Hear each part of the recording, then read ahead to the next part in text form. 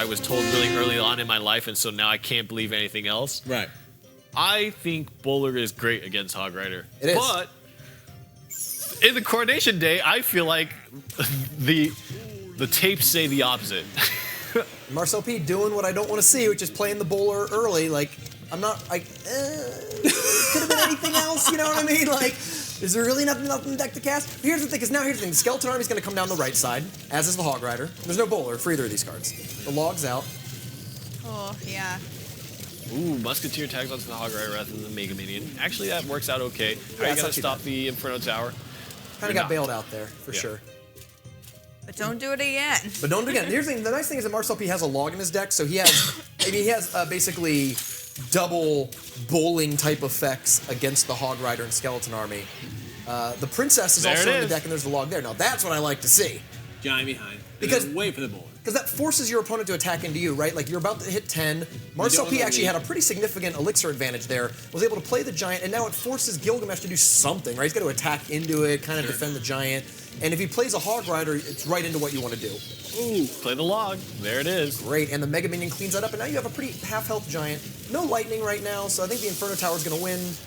But you did get some damage on the tower. Mega Minion sneaks Ooh, it's just out of range. Nice. Has to play the Ice Spirit to stop that. That puts them at even. Bought a Lightning. Yeah.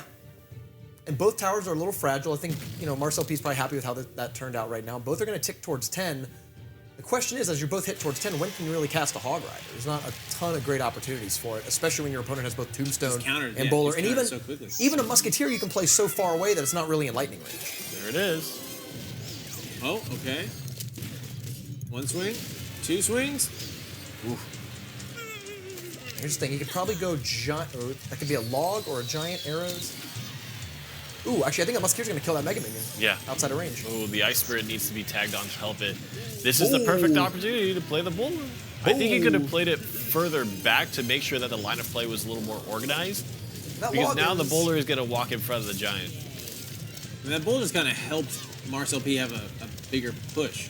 Right, and now you're going to want the Mega Minion or the Musketeer to help shoot that thing. Lightning might be good actually on the Princess and the Inferno Tower, but he opts to take it on the damage instead. Or take the damage on the tower instead. And then, of course, the log helps chip. And that Musketeer survives from the last one and is still there helping out. I think that thing's only going to get one shot. Wow, value. Now see, you see where the Giant Bowler deck, by playing defensive, playing a very control stance here, is starting to get better.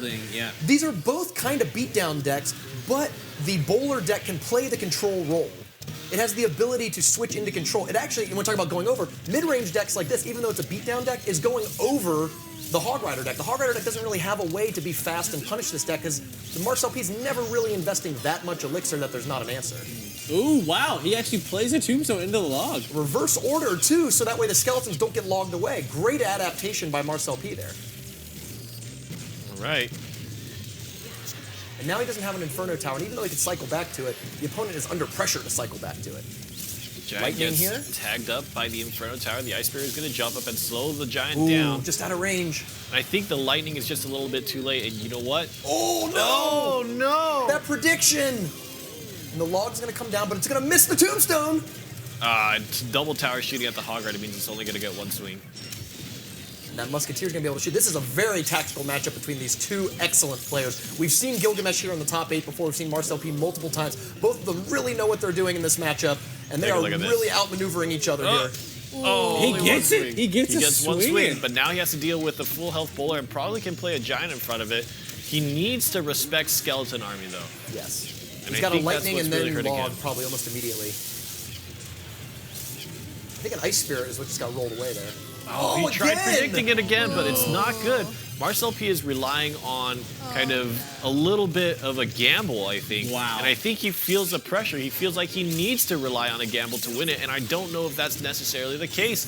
Musketeer will take down that Princess finally that has been shooting over and over and over again. A log for the win. There it is, Gilgamesh. We thought it was a bad matchup, but no, 3-1ing Marcel P. Ladies and gentlemen, he is our champion. He is the king of Coronation Day number 7, and he is going home with $2,000. Congratulations, Marcel P will be back. Gilgamesh. He'll be back tomorrow. we'll see Marcel See you P tomorrow, again. buddy. Congratulations to Marcel P not going home empty-handed. He is taking home $500 for second place. So a good prize. You know what's crazy? Marcel P has made more money than anyone in this besides the champions. And not- besides he's made over. Right. I think he's made $1,200 so far. That's amazing. From his appearances alone. His two from not 500s and two winning. 100s. Very- I mean, that's. Yeah, that's You can buy a car for that, totally too. fine. Let's go into our replay here. We got the Golem, I believe, and the Lightning. Yeah, Golem, take a look at how much damage this Golem does once it reaches the tower. I mean, it's going to swing and it's going to get its death damage in just 2 swings, really. There was a lightning on top there, Wow, but yeah, you're right. 300-ish so damage. yeah, Very strong. It's insane. And if you have that Golem swinging before it explodes as well, each of those swings is nothing to laugh at. Yeah, absolutely. So I wonder, oh no, and another one, especially there's so many cards in Marcel P's deck, his giant bowler deck, that were open to lightnings. I mean, the bowler is actually not a great lightning target. It's got a lot of hit points, but Musketeer, Mega Minion, Tombstone, all of those cards, if you can get any 2 of those in a lightning, woo, Good. tough. You are so adamant about not starting with the bowler. Is there anything else you would rather not start with, like lightning or anything Yeah, at all? definitely don't cast your big spell. I do think in those situations where they're not sure what to do, you could have just logged the tower. Yeah, Like for 2 two elixir, regenerates real just, quick. Just get the damage. Yeah, you're gonna get that 2 back. And because you also have Bowler in the deck, you knew that even if they're like, oh, he played Log, time to Skeleton Army, Yeah. time to Hog Rider. Yeah, you You're got like, Bowler. sweet, I have Tombstone, I've got Bowler, I have options there. Right. All right, well, let's now go ahead and pull up the bracket before we do our final congratulation of the day. Rumham Rainey, walk us through a quick recap of Coronation Day number 7. Well, for one, Backstab. Backstab was here. Backstab was here. Great right. special guest. Yeah, great special guest and handled most of the round of 8. Sad to see Chief Mystical, his buddy, his comrade in arms, get taken down by Marcel P. Hammer Esports. But yeah, Marcel P had a very interesting journey. Chief Mystical, then against Flash, and finally against Gilgamesh is not an easy run. Discounting, and this is discounting anything that he had to deal with before the round of 8, right? But that is not an easy run to take. It's just such a shame that again, in the finals, he gets shut Right. down.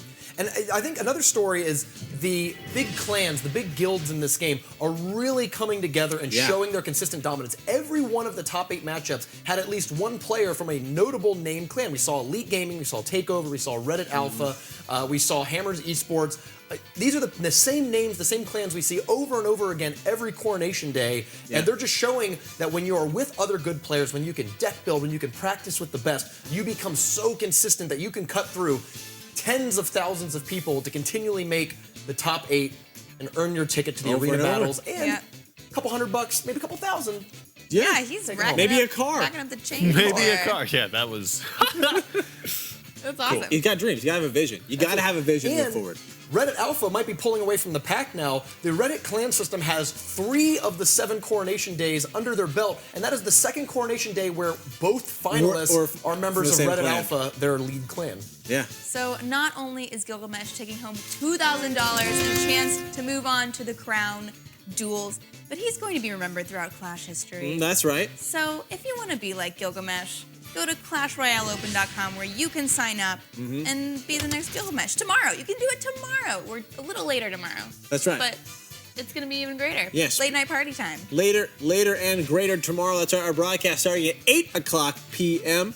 Giving the West Coasters an opportunity to get in here and get your Clash Royale North American Open monies. Backstab said he's going to be in it. We'll see if we can see him in the top 8 again. So he'll be playing. You guys can, if you're not at least playing, cheer for. I know a lot of streamers, they stream the Open qualifiers up in this. So make sure you guys go and support them. So congratulations to our future winners because they're all going to be fantastic. We're not even halfway done. No. Well, wait. So we're 7. Yeah. Tomorrow's 8. And then tomorrow will be our halfway mark. Yep. So You have so many more chances. Yeah, that's still. right. That's right. So you guys, make sure you guys get in there and participate because it's going to be absolutely phenomenal. Any final thoughts here of the day? Quick things you want to say? Why do you have a meme on your notes? Well, so we didn't do our corner today. And I was gonna, I'm the only one without a legendary here, and you asked me how does that make you feel, so I decided to totally draw this, and I got Yeah, that's that face when Ella, who started playing 2 months after you, gets a legendary right. before you. That's what's most ridiculous about this. I can't wait to go home I've and opened play up with so my legendary. many chests, and I have yet to see one. So, hey, but it's okay. I love it. Hey, Supercell, I love it. I absolutely love it. It's great. My spawner. Hey, buddy, get good. Get to Arena 9. You can just buy one out of the shop, buddy. Just go pick it up for 40 G's. I got to make it there first. That's the key. But no, I love it. I think the next one that's coming out, we have 4 teasers. Tornado's already been revealed. The next legendary, I'm already calling it. It's a spawner. It's a spawner legendary. That's what it's going to be because it's going to go for my spawner deck. Please, Supercell. Please, Supercell. He needs something. The loyalty to spawner. That's why you're not. That's why I haven't Got quite. him. That's why I haven't quite made it yet. All right, well, guys, that is doing it for Coronation Day number 7. Thank you all for joining us on behalf of everyone here at NG Studios in beautiful Burbank, California. This has been the official Supercell Clash Royale North American Opens. That is Rumham Rainey. We had Backstab. Yeah, I'm Ella. I don't have a legendary. The most ridiculous night. I can't wait to go play. I'll get it one. Maybe I'll call it.